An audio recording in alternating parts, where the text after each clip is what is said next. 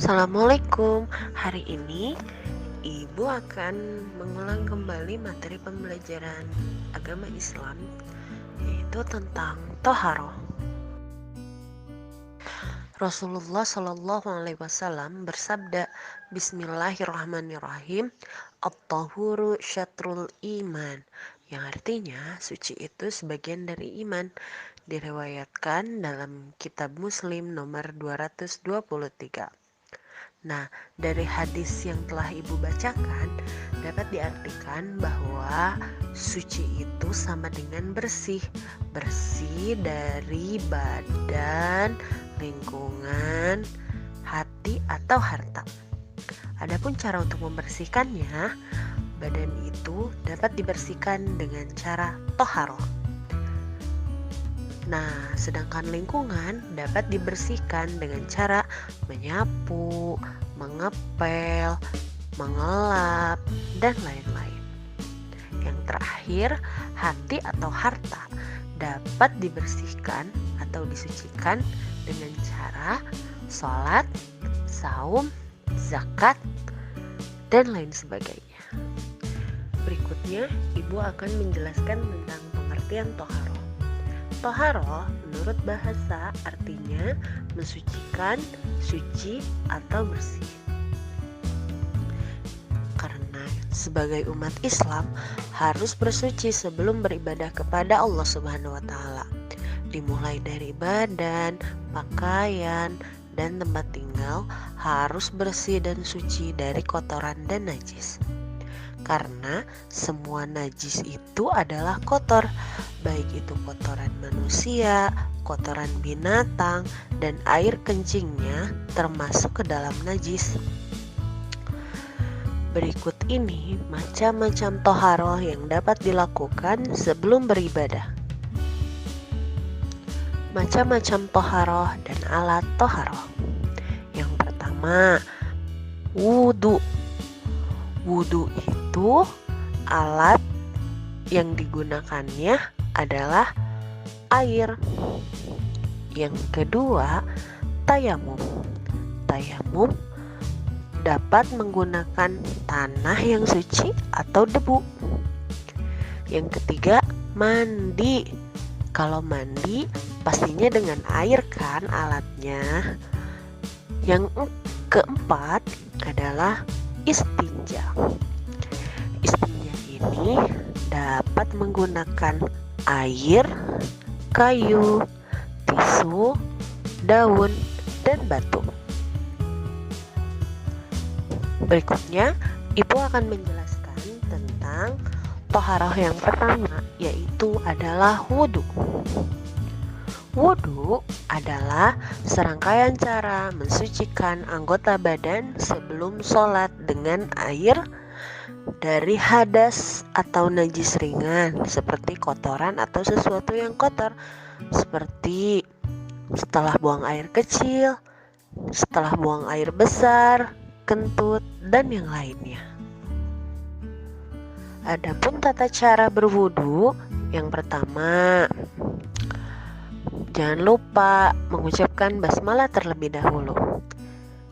Yang kedua, atau prakteknya yang pertama ya, mencuci tangan sampai pergelangan tangan. Dilakukan sebanyak 3 kali. Yang kedua, berkumur-kumur sebanyak 3 kali. Yang ketiga, istinsyak. Istinsyak itu adalah menghirup air ke hidung sebanyak 3 kali. Yang keempat, membasuh wajah 3 kali. Yang kelima, membasuh tangan sampai siku-siku sebanyak 3 kali.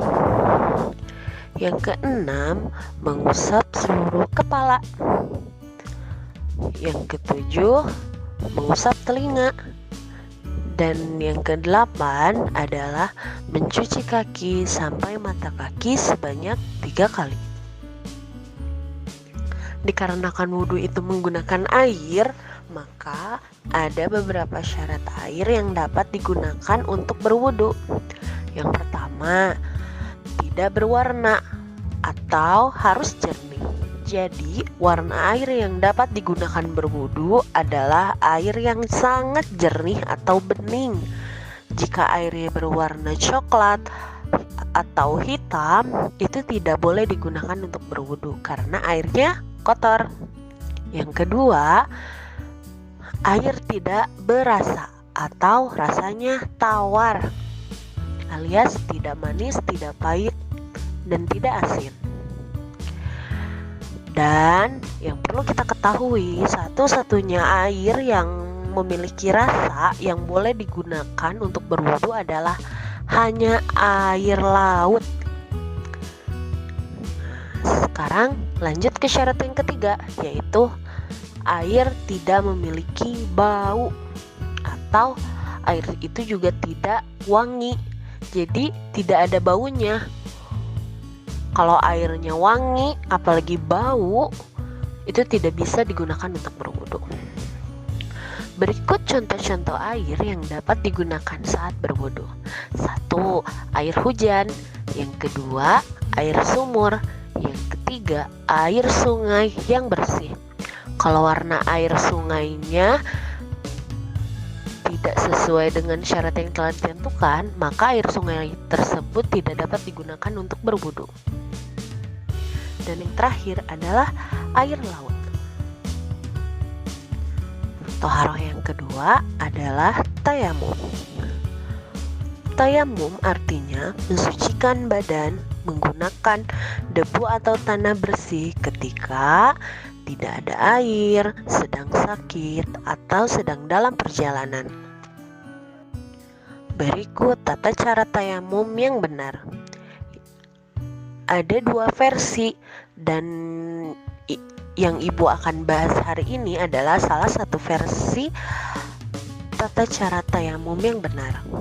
Yang pertama, membaca basmalah. Yang kedua, menepuk kedua tangan dengan sekali tepukan ke tanah. Yang ketiga, meniup kedua telapak tangan sebelum mengusapkannya. Yang keempat, mengusap wajah dan tangan hingga pergelangan tangan. Nah, materi yang ibu sampaikan hanya sampai di sana saja.